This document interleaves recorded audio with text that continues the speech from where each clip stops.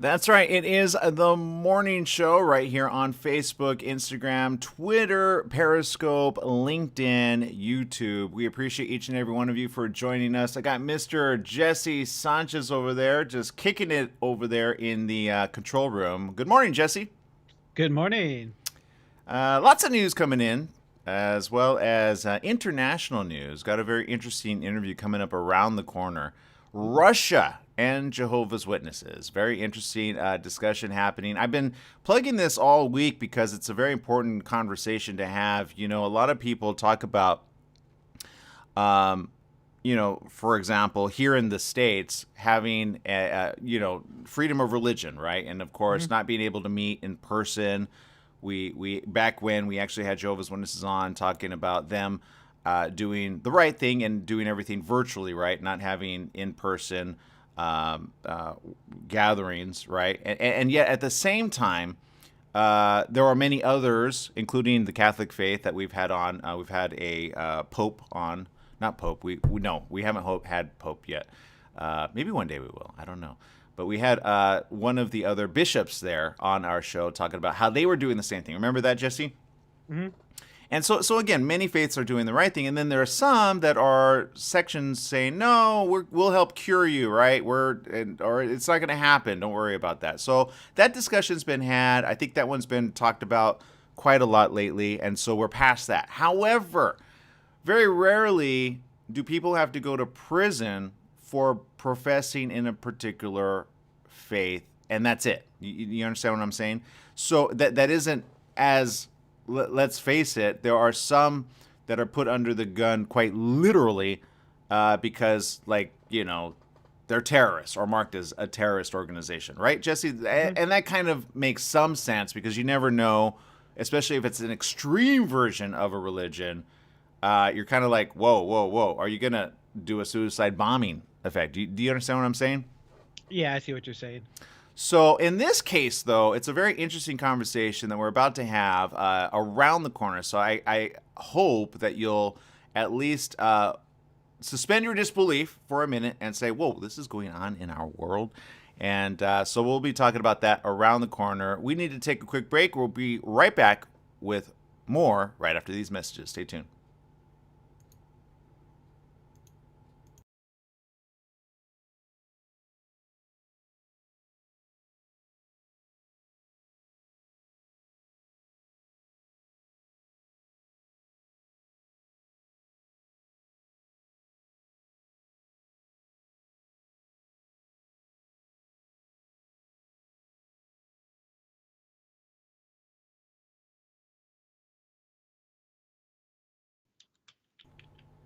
All right, we're on a commercial break there with you guys. Periscope's a little acting up, but I expect it to be back up. YouTube's doing good. LinkedIn looks like it's doing good.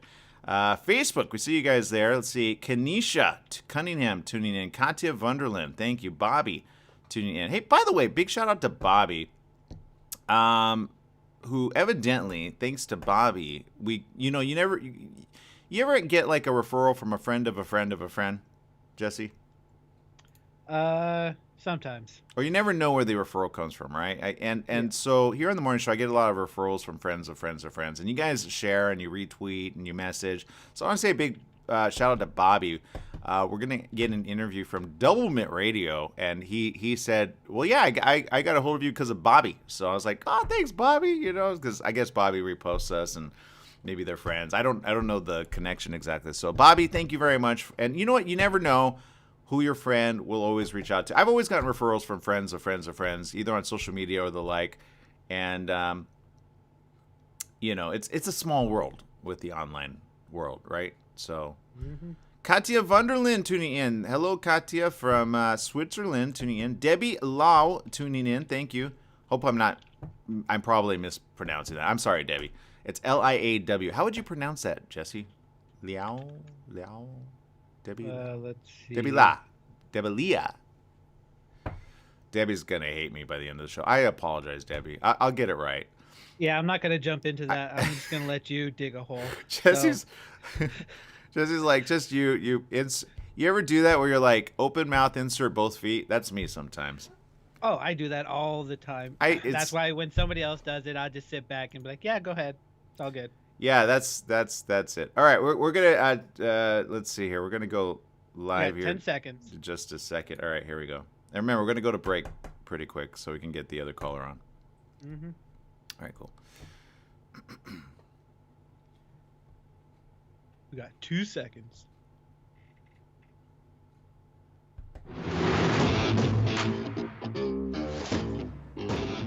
That's right. It's the morning show right here on ABC News Radio KMET 1490 AM. Joining our live streaming audience there, Facebook, Instagram, YouTube, Periscope, LinkedIn, and much, much more. However, you're tuning in on this show, it's a very important show. Yes, we're going to be talking to Jehovah's Witnesses around the corner in Russia. We've had in the past Jehovah's Witnesses talking about what they're doing to stay safe and, of course, keep all of their members quite safe in their Christian congregation of Jehovah's Witnesses. However, many are quite unfamiliar with what's been happening for quite some time in Russia. Imagine having to, well, let's put it this way. If you ever had to say, I believe in God, I own a Bible, and now the government comes and takes your family away and or you, what would you do? Especially if they says, okay, A, you're going to have to pay financially a big fee, and or B, prison time, or both. Would you be willing to profess your faith at the same time? All right, so we got to take a quick break. We're going to have a very important guest coming up next around the corner. Stay tuned right there. We'll be right back right after these messages.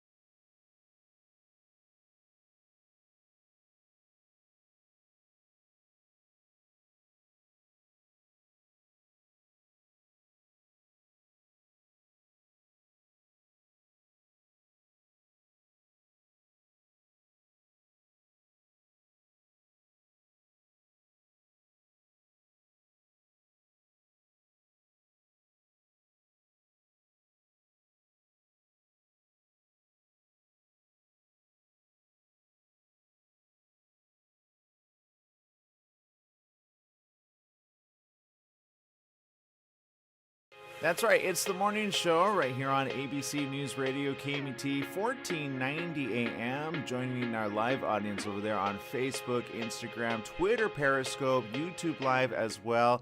I'm super happy to have somebody here with us all the way from the other side of the world, joining us via Skype. We've got with us right now Yaroslav Sivolsky, who is the representative of the European Association of Jehovah's Witnesses. Good morning and welcome to the show, Yaroslav. Good morning. Now, Yaroslav, you are joining us because there's a very interesting thing happening in Russia. And unfortunately, it is not something that is helping those of your own members of the Christian Congregation of Jehovah's Witnesses. Can you speak on that? Yes, as you know, in April 2017, Supreme Court of Russia decided to ban Jehovah's Witnesses in Russia and pronounce them as an extremist organization. And after that, we face severe criminal prosecution. Despite the fact that Minister of Justice during the court hearing stated that this ban will affect only legal entities, we had Administrative Center of Jehovah's Witnesses in Russia that was based in St. Petersburg and 395 local religious organizations. All of them was banned by one court decision. And during the court hearing, Minister of Justice stated that it will not affect activity of Jehovah's Witnesses in general, but it was not the case. After a few months, Dennis Christensen was jailed. It was first Jehovah's Witnesses who was jailed in Russia in city of Oryol. And then after that, we face big wave of prosecution. If we are speaking about figures, now it was about 1,400 home searches. We have 20 criminal cases opened, about 400 defendants, 35 in pretrial detention, 10 have already been sentenced to a long term of imprisonment up to 6 years. And this critical situation is going on. Well, Yaroslav, look, there's a couple things that I think the general public is unaware of. When you say criminal activity, what is being defined as criminal activity there in Russia? You know, we have very strict legislation concerning extremist activity as terrorist activity. This is actually equal. And we have Article 2A2.2 in criminal codes that persecute those who involved in criminal activity, like planning some terrorist or extremist. But after the court decision, this heavy criminal article was applied also to the peaceful activity of Jehovah's Witnesses. And after court decision, I mean Supreme Court decision, anyone in Russia who is Jehovah's Witnesses can be prosecuted by that heavy criminal article. It means that if you are Jehovah's Witnesses, if you preaching or even have family and few friends together and police raid your home, you will be subject for the criminal prosecution. Yaroslav, look, for those that know, my mother is a devout Jehovah's Witness, okay? So if my mother visited Russia anytime soon, are you saying she could possibly be locked up for just preaching? Sorry to say, but Dennis Christensen, foreign citizen, just did the same. He spent in Russia a few years. He was married on Russian woman, Irina, and he preached, he practiced his religion, and he was criminally charged up to 6 years in prison, and his imprisonment still continues. Of course, if your mom will come as a tourist, and she will do only tourist stuff, sightseeing, on visiting museum, maybe she will be not prosecuted, of course not. But if she will start to continue and police arrest her, yes, she can be persecuted too. Now, yeah, that's correct as well, though. Something is anything new in history, but I think it's something that's spoken about around the world, because, correct me if I'm wrong, but your Bible there, which happens to be a translation of many different translations that are, I mean, the Bible's been translated, I don't know in how many different translations. There's a King James version, there's a New International version, there's so many I can't even think of that go way back. But I understand the New World Translation of the Holy Scriptures are technically contraband? Yes, you are correct. Not only Bible, but more than 80 publications went to the federal list of extremist publications in Russia. simply because some expression was viewed by the biased expert that we feel that we have only true religion. And if you are talking about the Bible, what wrong is in the translation? According to the expert study, mentioning Jehovah's name many times or denying Trinity doctrine is a reason why New World Translation was banned in Russia. Okay, so in other words, here in the United States of America, we have what is often referred to as separation between church and state. But I understand that Russia also has a certain law already in place to be able to allow people to worship in the way that they currently want to. Or has that been changed, or has that been skewed a bit? No. We have still in force Article 28 in Constitution that provides freedom of religion, freedom of expression, freedom of conscience. And according to the Constitution, any religion can be practiced in Russia. But this is written law. But after the court decision, law enforcement, they are not viewing us as legal religious organization. They consider us a legal extremist entity or organization. And anyone who claim themselves as a Jehovah's Witnesses, they are subject for the criminal investigation, persecution, and prison.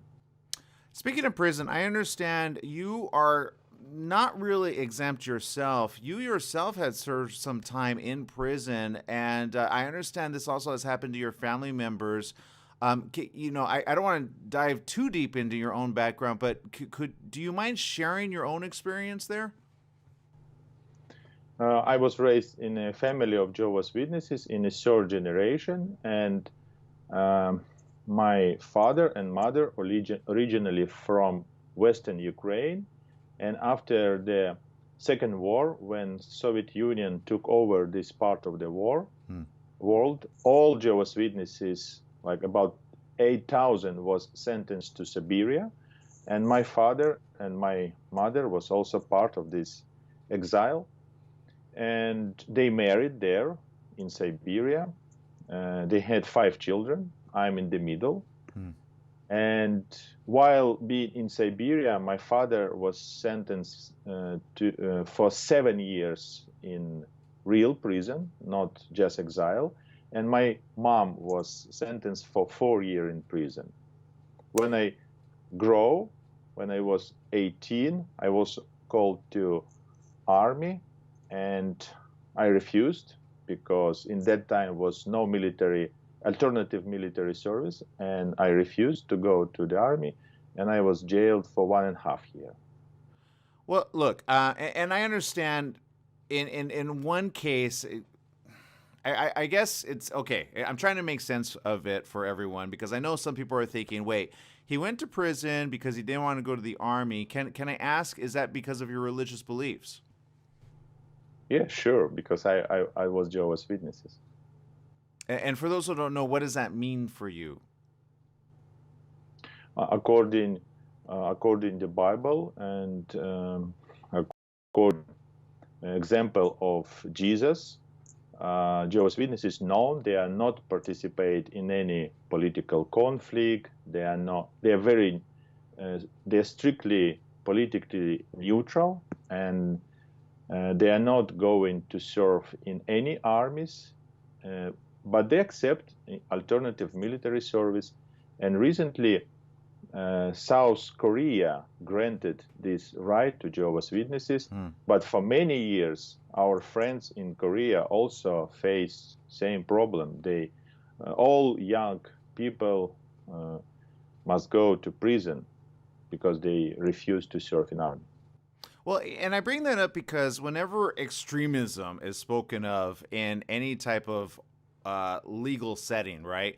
And you mentioned it as kind of equivalent to terrorist type action. Anybody that has ever known any family member and or anybody that knows somebody that has either spoken of the scriptures through Jehovah's Witnesses or been taught by a Jehovah's Witnesses at any given time know that Jehovah's Witnesses as a Christian congregation are pretty peaceful and loving. I've never seen any Jehovah's Witness ever throw caution to the wind and say, hey, let's go build a device that will blow up people like some sectors of certain faiths. I've never seen that. Or has that ever come out? It's absolutely true. You are correct. And that's why our band makes so loud outcry from different government agencies, from United Nations, from Council of Europe, from OEC, and so on, because they know Jehovah's Witnesses, they are peaceful and loving people. They have nothing to do with extremists whatsoever. And to blame Jehovah's Witnesses as extremists is beyond my comprehension, because when I first heard about this accusation, I start to laugh. How could it be that Jehovah's Witnesses could be accused in extremist activity? But that's the case. And all our crime, so-called, so far, according to court cases, according to expert studies, is only in our publication. Our literature, our Bible, our teachings, our doctrines, but nothing to do with our acts, activity. But if you go deeper and try to distinguish what kind of expressions or what kind of quotes could be viewed as extremist, and you will be surprised. Some of Tolstoy, Lev Tolstoy, a famous Russian writer, some of Bible passages, some of, as I already mentioned, from the New World Translation expert study that we believe that God's name is Jehovah, and so on. These innocent quotes, expressions, viewed in Russia as extremist. Well, and Yaroslav, look, I'm no stranger to the teachings of Jehovah's Witnesses. As I've mentioned in past broadcasts, you know, I no longer associate with Jehovah's Witnesses. However, knowing all of the knowledge that I do have, it's not uncommon for people to say the name Yahweh, which is technically the term that many people know is God's name, and yet at the same time, Yeshua being the Jesus name, there was always a differentiating of the two in the Hebrew and the Greek scriptures. Am I wrong on that? Yeah, it's absolutely true. Jehovah's name mentioned in the Bible more than 7,000 times.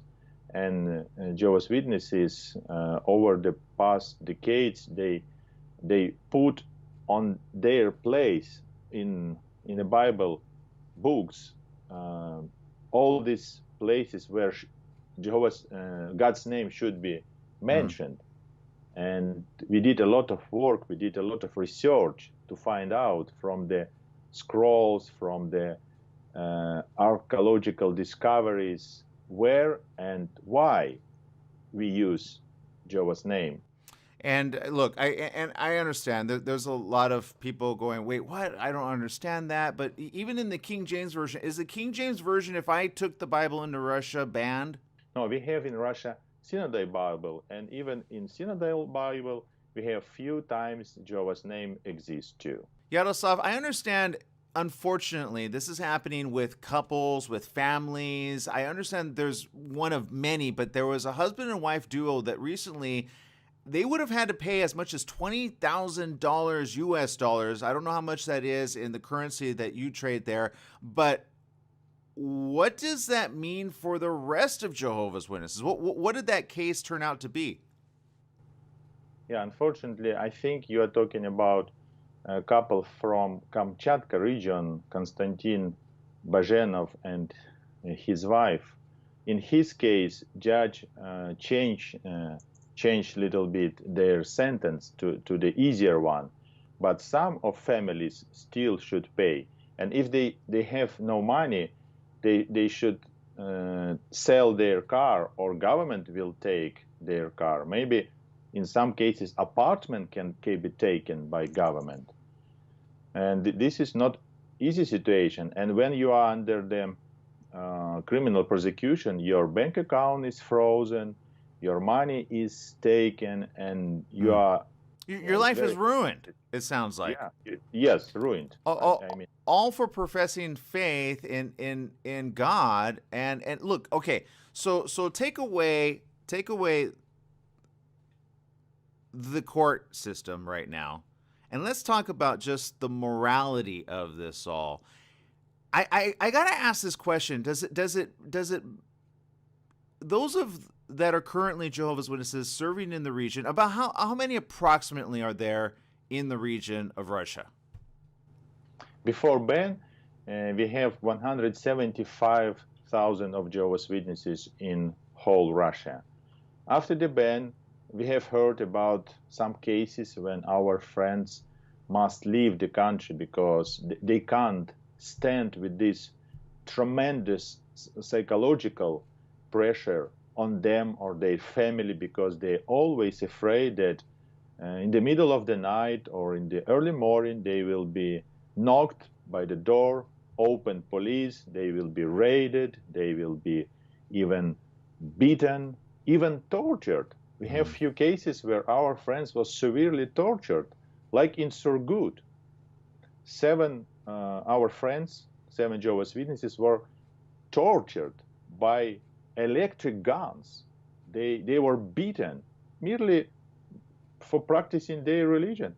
Or police want to know who is the leaders or elders in the congregation, who is Jehovah's Witnesses in Surgut city, on some this similar simple question. For that, they were severely beaten.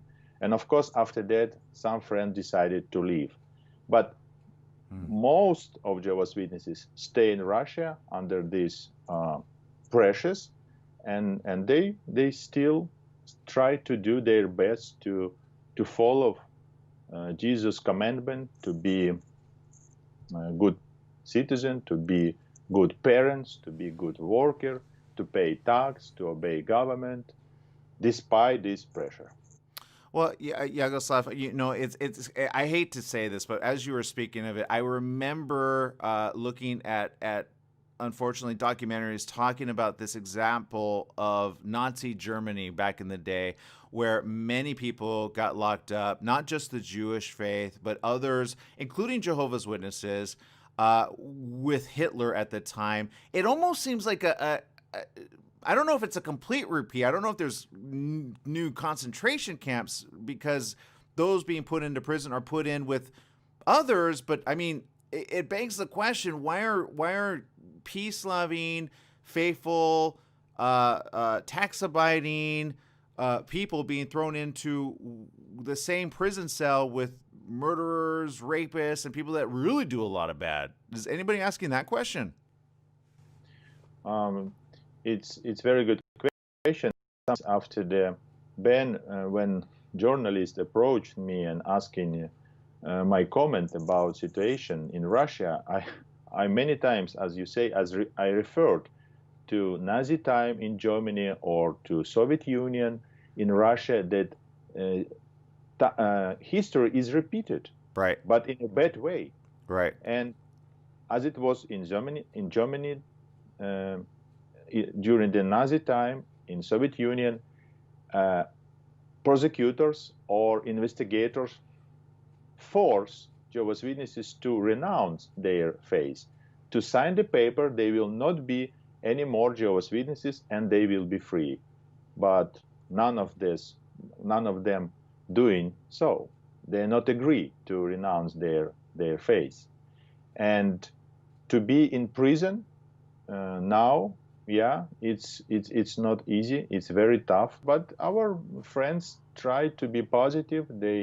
They share their views with prisoners. They preach to them, and some of them interested of the Bible's truths, and some of them even start Bible studies in prison.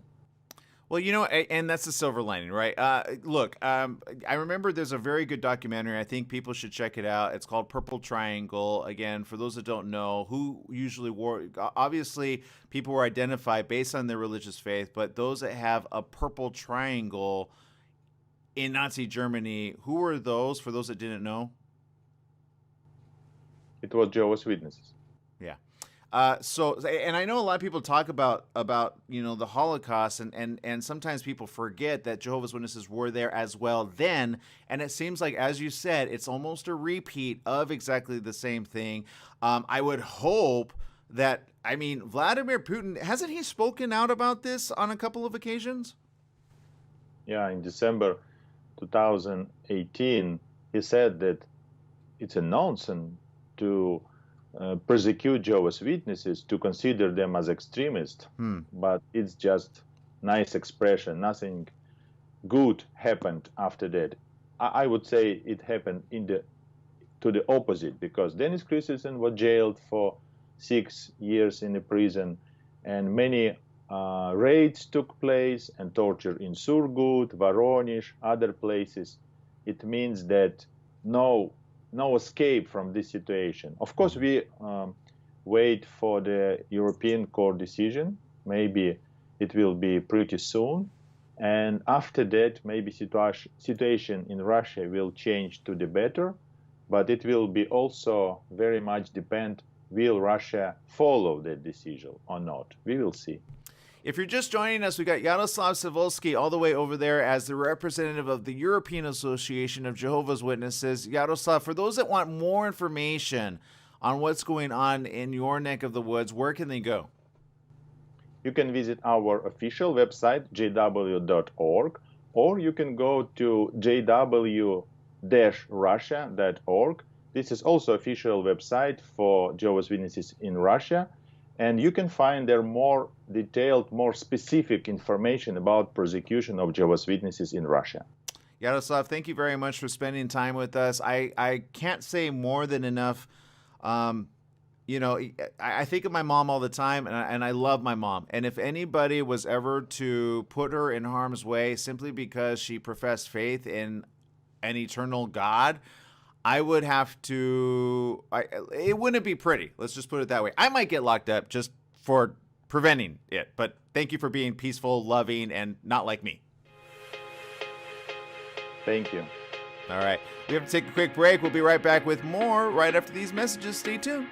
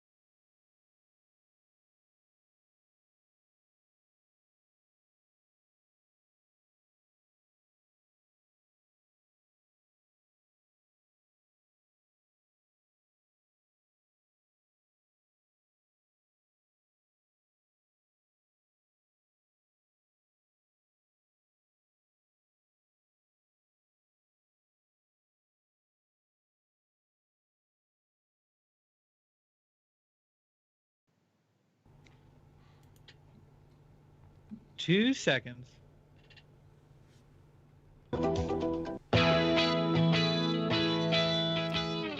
Welcome back. Yes, it is the morning show right here on ABC News Radio, KMET, 1490 AM. And I am so honored and excited for this next guest. We've had him on before, and we're super happy to bring him back. Yes, it's all going to be done in the brand new broadcast. Yes, Vince Daniels. And we got with us Vince Daniels. Vince, how you doing over there? Hey, how you doing, Aaron? It's good to talk to you again. Yeah, you know it's been always. Well, look, it's been quite some time, and Vince, you've done something again. You've done what I call a revamp, which looks pretty amazing. I can't wait to tune in to your show, which happens directly after ours this day. Can you talk to me about the new and improved, or is it the same amazing Vince Daniels? Well, I don't know. I'll let the listeners decide that. In fact, I have Rod Hurt and Michael DeWald, who I feature here semi-regularly on the show. How would you answer that? Well, we dropped the many moods.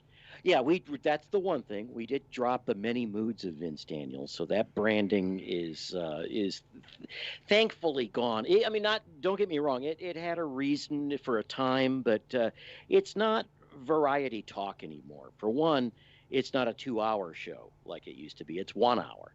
And so we don't have time to do 17 segments, right? It's just we're probably going to do 1 full hour or 2, different guests or topics in a 1-hour show. So I can't see that we have room to do more than 2 at the most in a show. Well, and again, Vince, it's the Vince Daniels Show, voice for the voiceless. You many times have always kind of been the advocate for those that especially sometimes don't have a voice. Can you talk to me about some upcoming episodes that you plan on having around the corner? So you have picked that up from past shows that I've done. That's a compliment, actually. And you're certainly a listener. And those have been my favorite shows. And yes, for the next, to answer your question, for the next 5 weeks or so, politics, it's unavoidable. I mean, we have to talk about it, or we're going to get mail from people. And the voices that the voiceless people that we will bring on here are people who don't ordinarily get a microphone to talk about politics. For example, the Banning Beaumont Cherry Valley Tea Party group. I'm in the lobby here. This is their headquarters, here where the studio's at. They have these patriots that come in. They're elderly. They sit here. They fold newspapers, put rubber bands on them, and then they go pass them out all over the neighborhood. These are people who really care about the country. They never get any radio time. They'll be on the show. People like that. People who have local politicians that are running. We're going to get people. We hear a lot about the national elections, right? But do we ever talk about the ballot initiatives, the propositions? No, we're gonna focus on that. That type of thing. But when we're not in a political season, Aaron, I mean, listen, if I had my way, today we wouldn't even be talking politics. Like I say, for the next month we have to. But I would rather be sitting here, and I would rather be opening these microphones to victims of abuse, to parents without partners, to people that are on the spectrum, as it were. People like that. What it's like to be a parent of somebody who has a child on the spectrum. Divorce, that type of thing. Dysfunctional families. Let's talk about things that are really hurting people. That's the new Vince Daniels Show, pretty much. Well, I'm excited for you. And look, the reality, Vince, is whenever I tune into your episodes, I always see you being unafraid and unapologetic, and honestly, just kind of, both feet in the sand. You kind of put yourself in other people's shoes, whereas others just kind of talk about it. I got to ask a question. Is there a particular reason you are so adamant about helping the underserved community? Yeah, I look at them. I mean, I think we've all been through some pain in our life. Maybe some of us came from, maybe we were poor. Maybe we didn't have a lot of advantages. I just, I want to help people that just don't, that are the ones that can't afford the top ticket lawyers if they're in trouble. The consumers that feel that they're ripped off. Those, I don't know. That's a great question. I just have always felt like, particularly you watch cable news, you always have somebody wanting to pump a book, talk about the same things we hear on all the other cable channels, but you never get to hear voices, people that are really struggling. And if you do, if for God knows, if they give them 2 minutes, they rush it through, and they pretend to feel their pain when they probably don't. And I like to give time for people. I remember here when I was filling in for somebody here on during my absence here on KMET, was filling in for on a show, and we happened to be talking about people that were abused by that were abused by Boy Scout leaders. One was abused by a priest, and they at first when they showed up, the advocate came with two victims, and the two victims sat back in the studio in the chairs. They refused to talk on the microphone.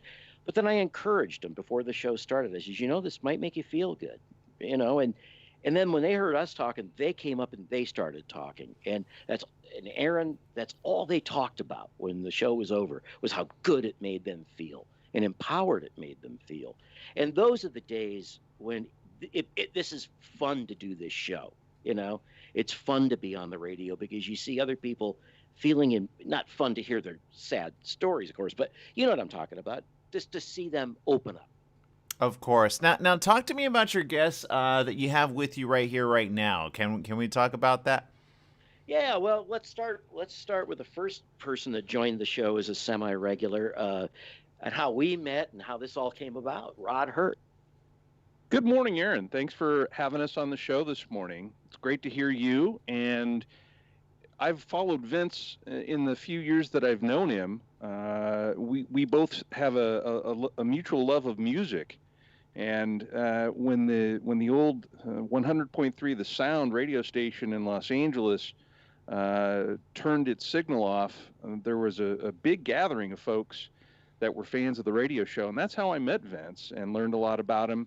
And then in 2018, in June, of course, we all know that he launched his show here on KMET, and I've been a loyal listener ever since.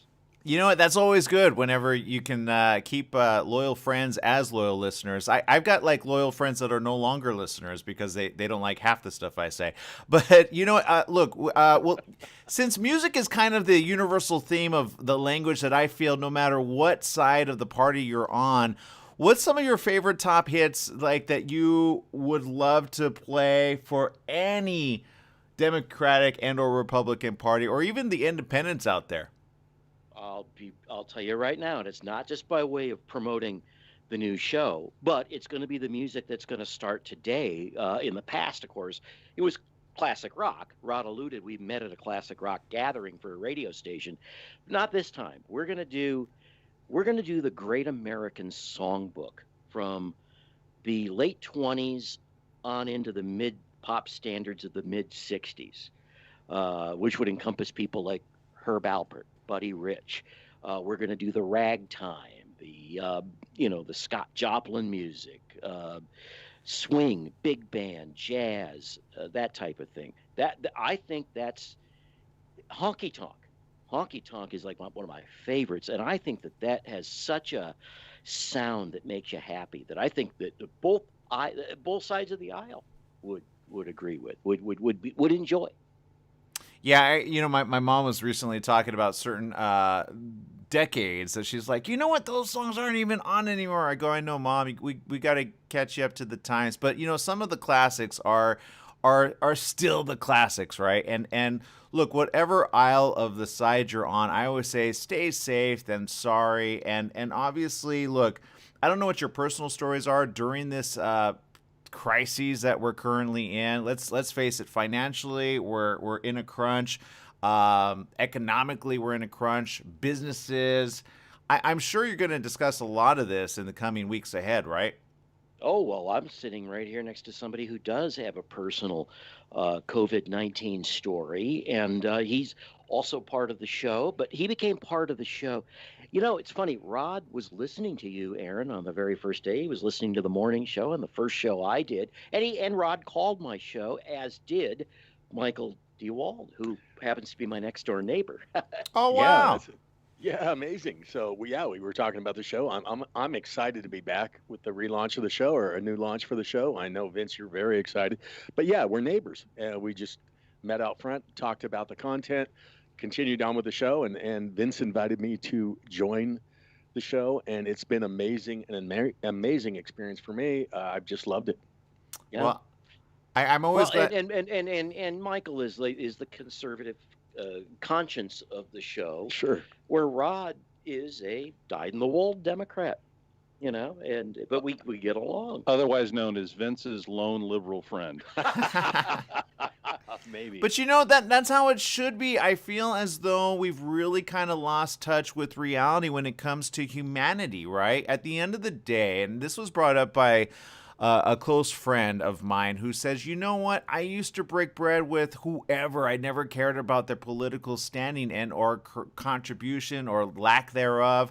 Some of my friends vote, some of them don't vote. But lately, it seems as though people have been pitted against one another, which in reality is not really a good. I don't know how you guys feel about that. At the end of the day, at least you guys can stay friends, right?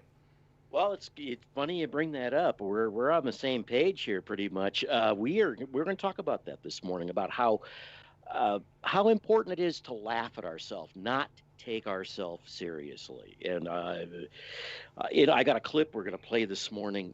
Mike Wallace. It's been kind of the week for Wallaces on television. Well, we got Mike Wallace, a clip from 60 Minutes where he was interviewing Johnny Carson back in 1979, and you're going to hear Carson talk about why he does not do politics, or let's say take it seriously on his show. He was an equal opportunity offender, but he did it for comedy. He didn't do it to, like Colbert, like Stephen Colbert is doing it today, where it's a political show more than it is a funny show, which is what it should be. You know what I'm talking about? Got it.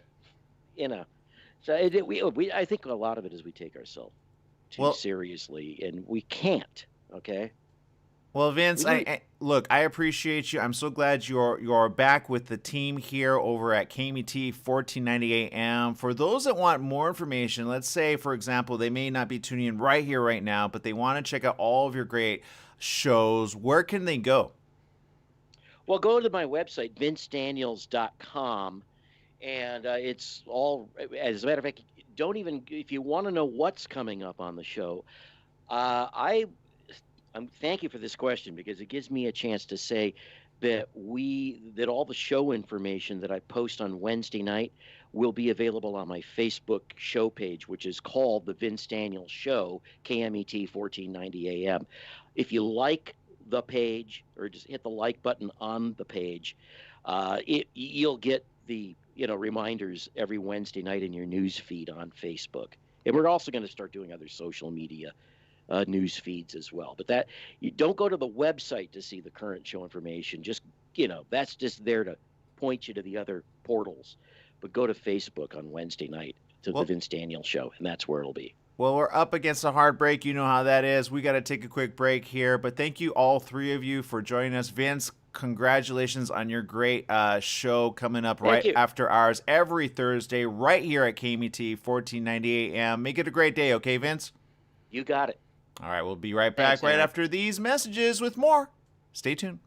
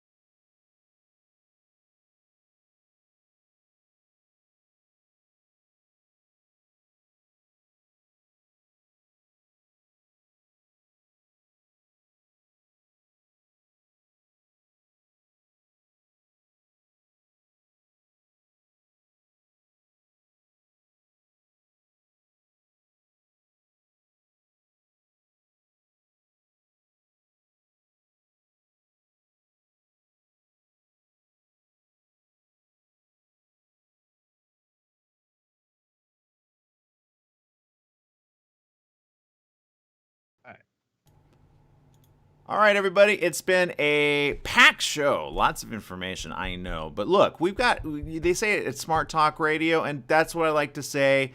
We're Smart Talk, not just radio and online. We've got a social media audience as well, and I appreciate each and every one of you. Speaking of which, big shout out to Oksana Paganova, who's watching currently.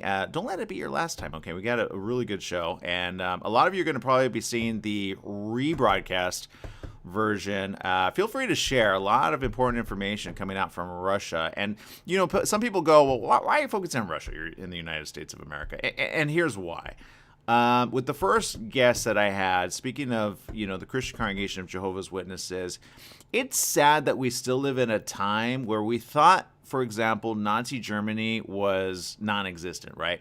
But we're seeing it creep back in. Not so much those that are currently Nazis, although technically sometimes you'll see somebody with the swastika. And even the swastika, I feel bad for the swastika because technically the swastika has been around even before the Nazi Germany, right? Jesse, you and I were talking about that one time. Not that I endorse the swastika, but it's weird how things can be misconstrued to be a symbol of hate. You know what I mean?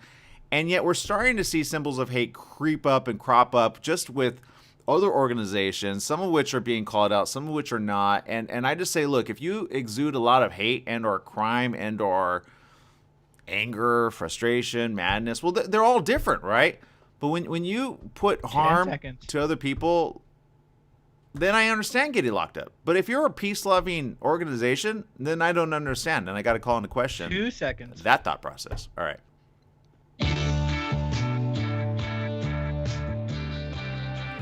Welcome back. Yes, it is the morning show right here on ABC News Radio, KMET 1490 AM. Joining our live streaming audience there on Facebook, Instagram, Periscope, YouTube, LinkedIn, and much, much more. We appreciate each and every one of you. Look, we had a big show today. Vince Daniels, if you haven't checked it out already, go check it out. Vince Daniels Show. You can go ahead and do so on our programming right here. It's available for broadcast, and you can download our app, KMET 1490 AM. That's where it's at. Simple, add it, download it. We got a lot of great programmings here as well. We're happy to have Vince back here, previously known as The Many Moods of Vince Daniels, but I really like his rebranding of his show so much. Here it is. The Vince Daniels Show presents a voice for the voiceless. Yes, every Thursday.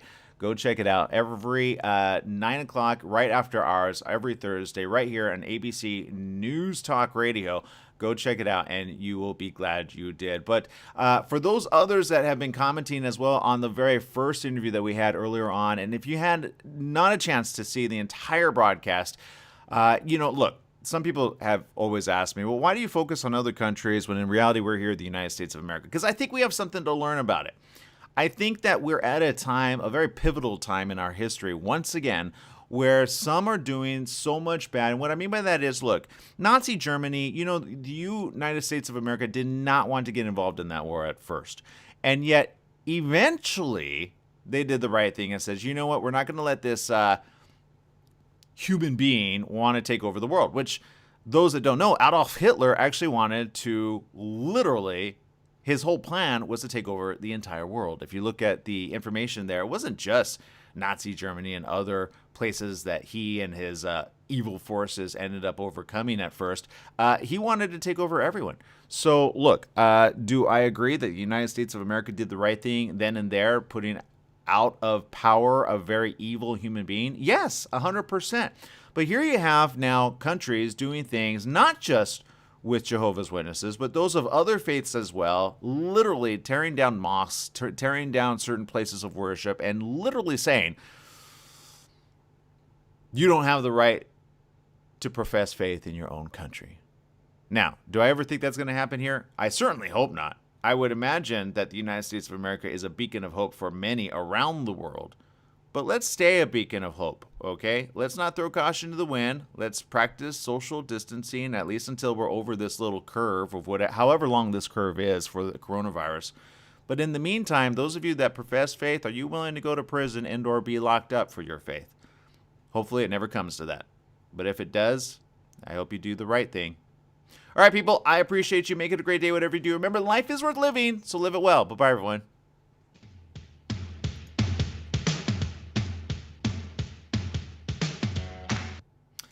All right, and for the rest of you tuning in, I appreciate you as well. Look, the majority of you there are probably asking questions right here, right now. Why are we talking about Russia? Well, here's the reality, okay? Russia's not the only country that has put a ban on any said faith in general. And if you have a particular faith that is currently being put under ban, feel free to reach out to me. It's very simple. Just reach out to our broadcasting team right here.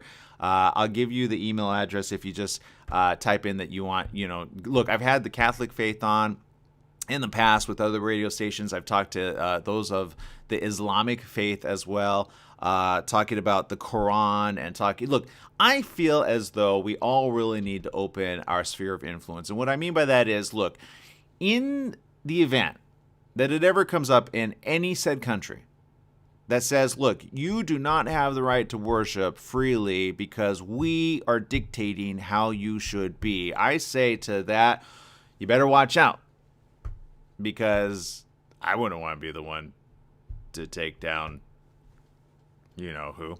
Look, whatever you profess faith in, at least you profess faith in something that wants to cause what? More good in the world, right?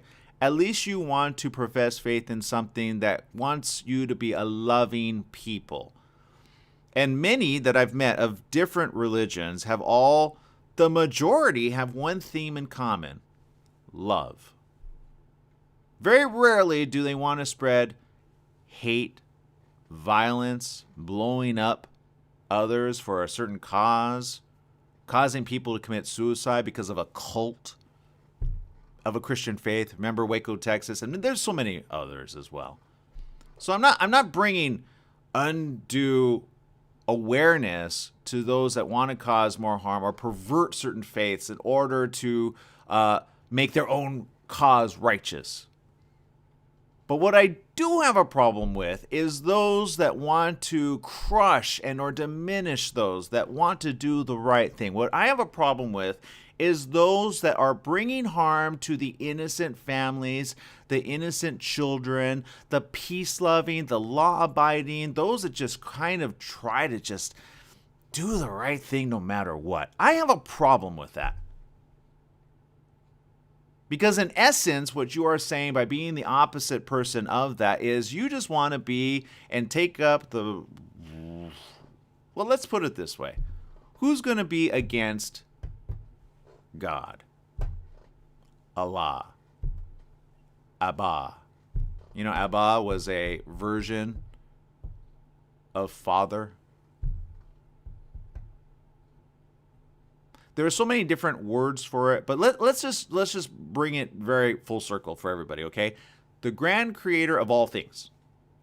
Some refer to that as just simply the universe. If that's what you profess faith in, then who am I to dictate to you, no, you cannot believe in that way? Who am I to dictate to you that if you believe in that way, you are going to get locked up and put in prison? That we're going to send out the military police, they're going to go ahead and lock you up, they're going to go ahead and beat you down for information just to, what? Let us know who your other fellow church members are and or Christian members are, or no, you don't believe in the way I believe. Do you understand the absurdity of that comment? It's terrible. And yet there are countries and dictatorships out there, human rulers that put themselves above the universal supreme, to which I say, I would not want to be you at the end of the day. At the end of the day, each and every human ruler and or dictator that has ever gone up against any said faith has usually been either A, removed quite suddenly, B, made to look stupid, and or C, well, I'll leave that up to God. It's not up to me, right? There's a Bible proverb that says, vengeance is mine, I will repay. To which I say, be careful what side of the world you're on. What I mean to say is this. There's a lot of people trying to do the right thing. There's a lot of people trying to just, well, okay, I'm going to open it up to the social media audience, okay? Many of you are tuning in. You probably have your own faiths, right? Imagine just for a minute, and feel free to post your own faith here on social media. whatever your faith that you profess, whatever that is, I think we can agree that at least you're trying to do the right thing. Hopefully not trying to do the wrong thing, right? If there's a jihadist in on the show here, I say, whoa. I am not here about faiths bringing cause and evil to the world. Back to suicide bombers. Now, I have many people that I know that are of other faiths, that are non-Christian. Many others. To which I've often said, look, all I care about is you do the right thing. You're a loving person. You try to be more loving than most. You know what? At the end of the day, if you're my neighbor and or my enemy, and you just try to do the right thing, I got nothing to say, right? What I do have something to say are those that are causing harm to others. Now, agree to disagree, I get it. Even those that are in certain countries say, well, you know, certain countries have come up and bombed our families, to which I say, yeah, I 100% agree. That's not a good thing. If you're going to take out any dictator, take out a dictator at their home base, right? Or whatever they're hiding, right? Take out the dictator. Don't take out the people. Don't take out the civilians. Take out the evil one, right? I know it took forever to find and get Hitler back in the day. Even his own camp were like trying to. There were some that were called what were they called? Like spies and or insurgencies, right? Ones that wanted to turn against Adolf Hitler. Not all Germans, contrary to popular belief, wanted him to stay in power for whatever reason. Not all Germans at the time agreed 100%, but they were forced to. For if they did not salute in the proper way that it was proper at the time, back to peer pressure and those others would turn others in. Remember that? And in reality, look, the Jewish faith were made to suffer. Other faiths as well were made to suffer. If you don't believe me, go to the Museum of Tolerance and do your research there. There were many faiths at that time that were, well, Hitler just wanted what? A very purebred? I forgot what he called it. What was that? It was a certain pure blood, right? Didn't want it mixed up with other ethnicities. Does that sound familiar to anybody? Look, in reality, the people of this world right now, I know are ready for change. I get it. I understand it. But let's not cause more harm to other civilians and or innocent people. Back to 9/11. 9/11 keeps, in my thought process, probably because it was just, we had a day of remembrance once again. And yet, that was a very evil act. So many people died and are dying from the repercussions of trying to save people in that very difficult time. And yet, we're still dealing with the repercussions of just that. So if you're on the opposite end, causing harm and saying, "Hey, he's protecting our," no, you pervert what I'm saying. Seriously, what I'm saying is, if you send out a suicide bomber or a death threat, or you want to cause harm to other followers of your own faith by saying, "Look, people, we're gonna commit suicide on this day, and God will save us in the end." No. Do not misconstrue what I'm saying. I say you're the evildoer. You are professing to have faith, but you're backing up an evil plan. Does that make sense? So let's differentiate the two, okay? Evil versus Almighty. It's one thing to say, "Look, I have what it takes, therefore I am all good and you are all bad." I disagree with that logic, okay? I think everybody has a measure of good, everybody has a measure of bad. If you don't believe me, even if you're of the Christian faith, there are certain ones that said, "What I wish to do is right is not present in me," or "What I wish to do is right is sometimes not." How does it go? Oh yeah, that's right. "Although what I wish to do is right, what is good is sometimes most difficult." True? I know some will be like, "No, that's not the way the scripture goes." But in reality, even Paul started off doing a lot of bad things. Remember his previous name? Saul. Look, he, although thought he was doing what was right, ended up putting to death a lot of would be people that professed in Jesus of the time. He was of the Jewish faith. And he, like many Jews of his time, well, they're not doing what we said, so off with their head, right? No, stoning. That was a thing back then, remember that? Not a good thing, by the way. And in the Christian Greek scriptures, the other New Testament often referred to as, often speaks of the very situation that I'm about to talk about. Many people sometimes feel they have the right to dictate to others that what they think is wrong and what they think is right. But which I say, even Paul thought that way, right? I'm of the Jewish faith, you're of whatever that is, because they didn't call it Christian at the time, right? Followers of Jesus, right? Or Yeshua, right?